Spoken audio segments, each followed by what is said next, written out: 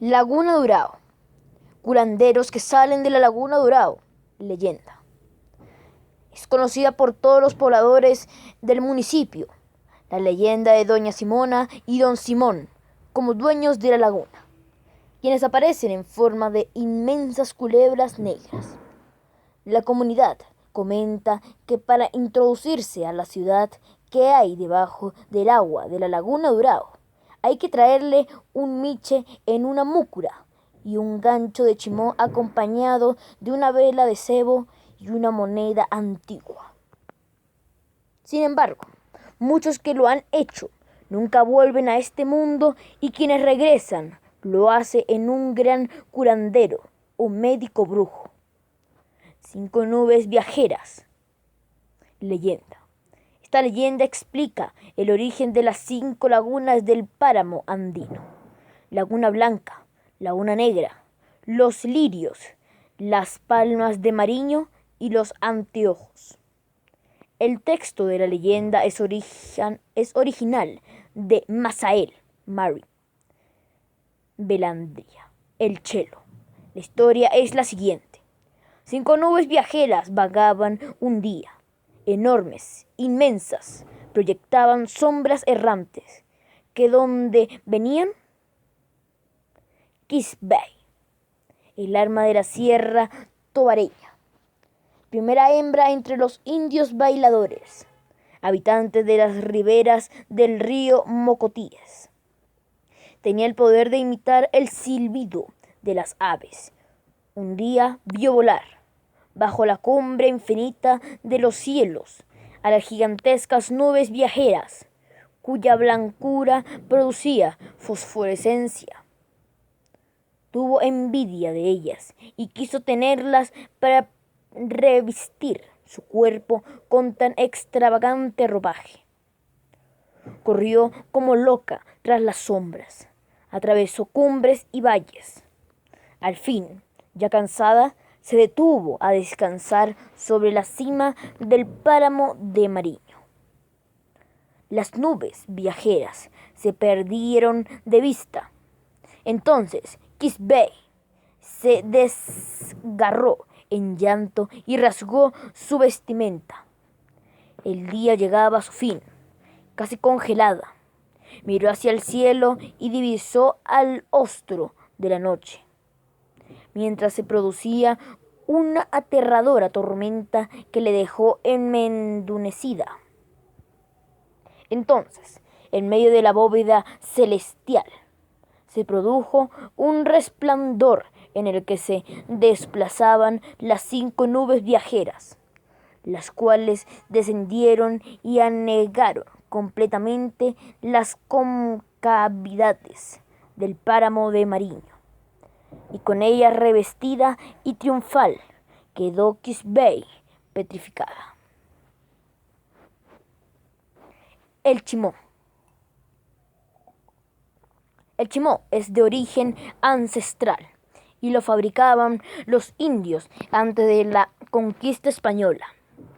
Los indios venezolanos se sumergían en la Laguna Durao y extraían algunas rocas del sal del fondo de la laguna, para luego pulverizarlas y mezclarlas con hojas de tabaco seco. Con esta mezcla fabricaban el chimó. Lo guardaban en hojas y cuando tenían hambre masticaban un poco de esta sustancia. El chimó fue uno de los regalos otorgados por los indígenas a Colón y su tripulación en señal de aceptación y bienvenida en el año 1492. El químico y botánico Pedro Berestick perfeccionó los métodos del cultivo del tabaco y de la confección del chimó. El chimó es un preparado de jalea de tabaco elaborado por los indígenas de los Andes venezolanos. Mérida. 950 kilómetros de Caracas, Distrito Capital, Venezuela. Cuando los españoles comenzaron su travesía por las montañas andinas, encontraron una laguna de agua salada y varias tribus a su alrededor. A esta le colocaron el nombre de Lagunillas de Urao, debido al nombre que recibe la sal que produce esta laguna. Estos indígenas preparaban el mo, el cual se obtenía a partir del conocimiento de la hoja del tabaco, llevándolo a un estado pastoso. Luego colocaban sal de Urao y otros aliños, dando el gusto esperado, obtenido así el chimó, el cual es uno de los más antiguos tabacos de máscara que existen en el mundo. Recordemos que el tabaco es oriundo de América y pocas lagunas en el mundo producen esta sal, que científicamente es el carbonato de sodio. Es importante destacar que el chimó representa cientos de años de evolución de los indígenas americanos. Ya para la llegada de los españoles en 1492 existía este producto expandido por la comunidad indígena de los Andes venezolanos. Hay muchos mitos, opiniones y realidades sobre el chimó, pero al indagar sobre su origen es realmente fascinante cuando archivos históricos narran que los indios se zambullían hasta el fondo de la laguna y desde allí trataban de desprender una roca blanca. Urao, luego de pulverizarse para su posterior comercialización, al mezclar el urao con el extracto del tabaco, se produce un efecto leudante, lo que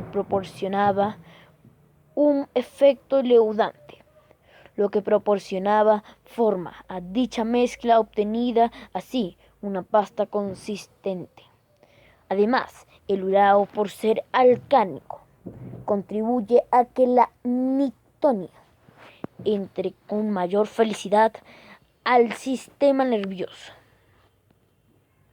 agudizando los efectos de este alcaloide. Descubrimiento de la laguna de Urao. Investigando sobre los orígenes del chimó, inevitablemente nos sumergimos en los antecedentes fundacionales de la etapa colonial en América, donde aparecen documentos históricos que describen los primeros hallazgos del chimó por parte de los colonizadores españoles.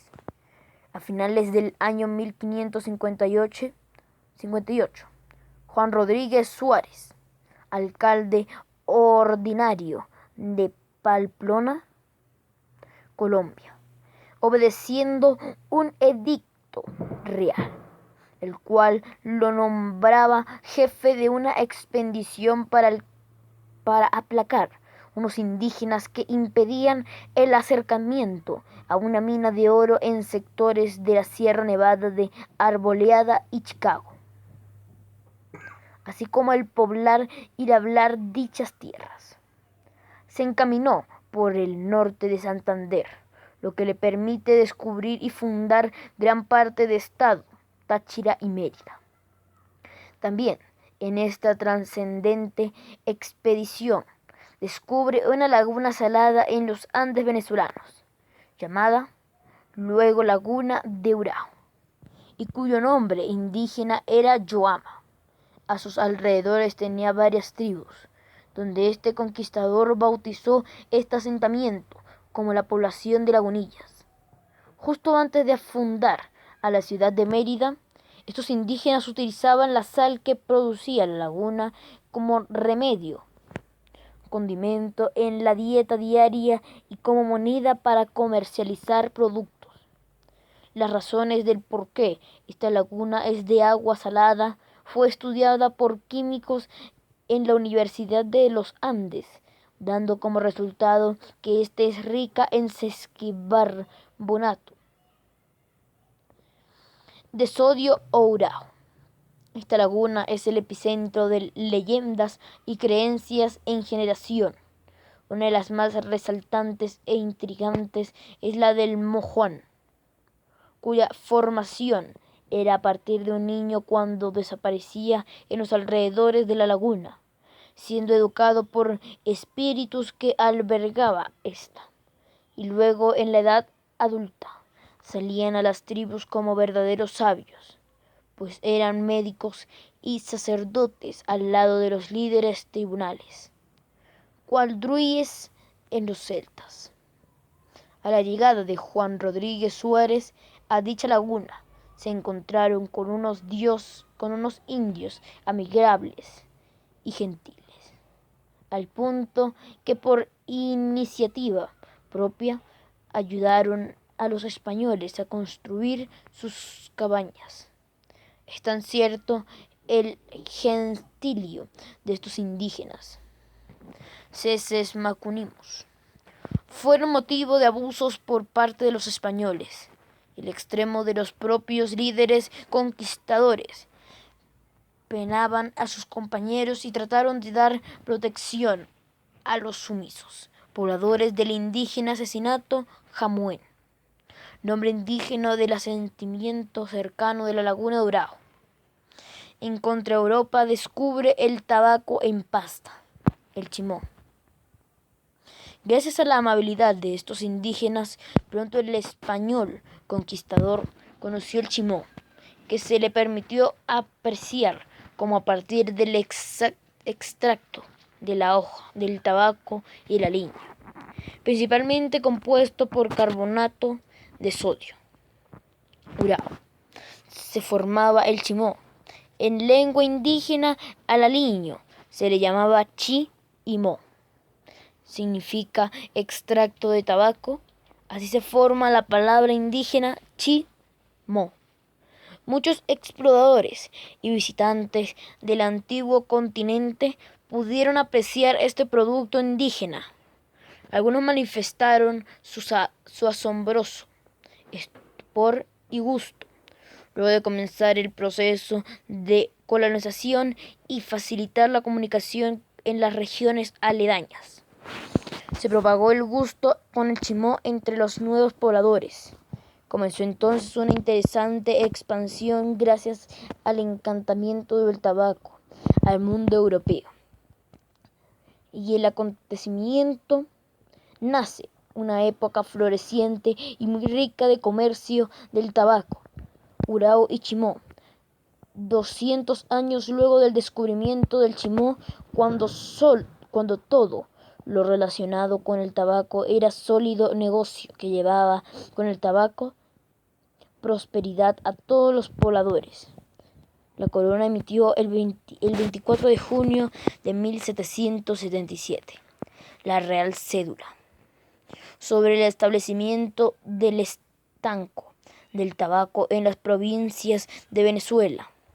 Con esta medida se pretendía aumentar las rentas reales mediante la actividad agrícola y manufacturera de este rubro, para solventar el creciente gasto hecho por la corona en el aspecto militar, ya que las monarquías enemigas como Inglaterra buscaban poseer colonias en el continente americano. Esta cédula monopolizaba el comercio de todas las ramas y derivados del tabaco, entre los cuales se encontraba la pasta viscosa del chimó y el mineral urao, ya extendido en Venezuela desde los tiempos prehispánicos. Esta ley causó revueltas y fue detonante de movimientos preindependentistas que convergieron en las revoluciones comuneras.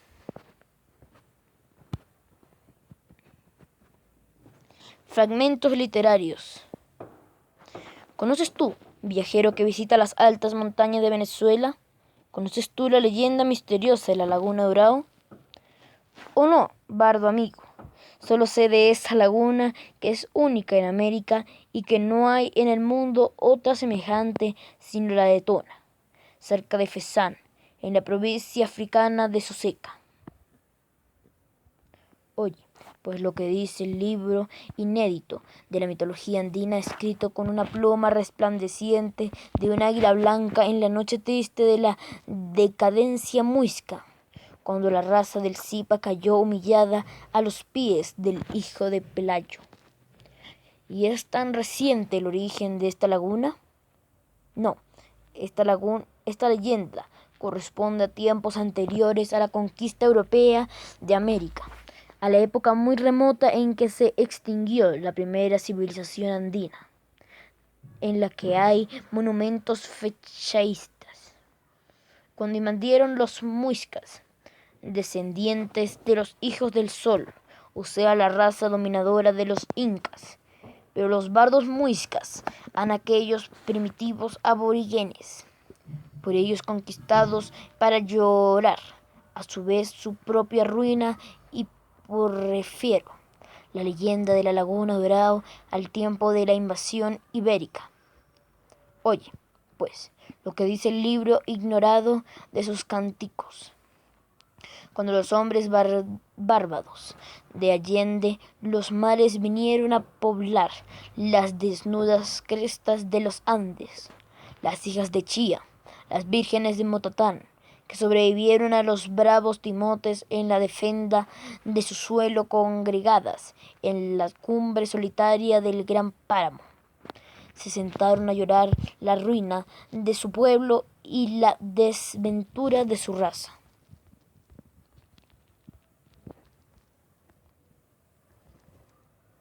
Y allí estuvo, quieta e inmóvil, hasta que otro día en los indios Mujucún y Chama volvieron sus flechas contra el conquistador invencible, y la laguna al punto se levantó por el aire al grito que dieron en la gran altura las vírgenes petrificadas, y fue a sentarse más abajo al pie de los pichacos nevados, al amparo de los 5 águilas blancas, en el sitio de Carrizal, sobre la mesa que circunda las nieves derretidas de la Motatán.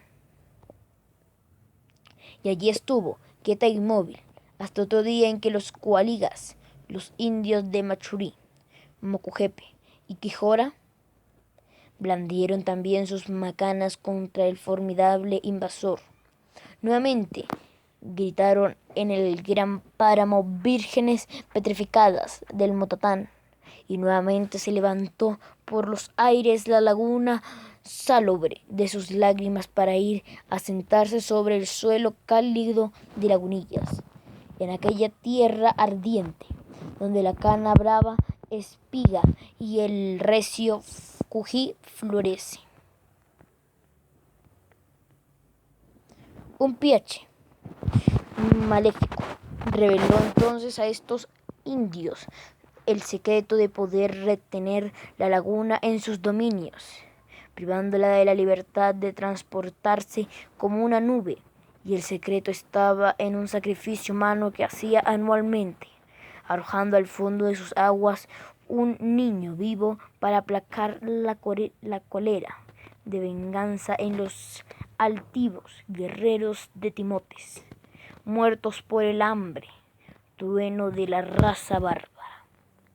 Esta es, viajero, la leyenda misteriosa de la Laguna Dorado, que desde entonces está allí, en su última jornada, brindando a la industria su sal valiosa, que es la sal de lágrimas vertidas en las cumbres solitarias del gran páramo por vírgenes desoladas del Motatán, en la noche triste de la decadencia muisca, cuando la raza del Zipa cayó humillada a los pies del hijo de Pelayo.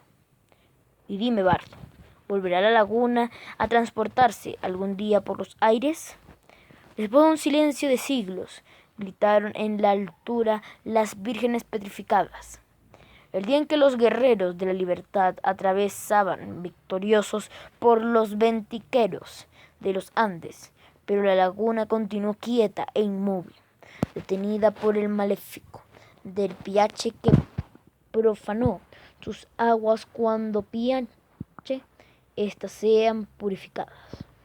La laguna misteriosa del Urao se levantará otra vez, ligera como la nube que el viento impele. Pasará de largo por encima de las cordilleras e irá a sentarse, como siempre allá, muy lejos, en los antiguos dominios del valiente Guaycaipuro, sobre la tierra afortunada que vio nacer y recogido los triunfos del hombre águila, del guerrero de celeste espada, vengador de las naciones que yacen muertas desde el Caribe hasta el Potosí.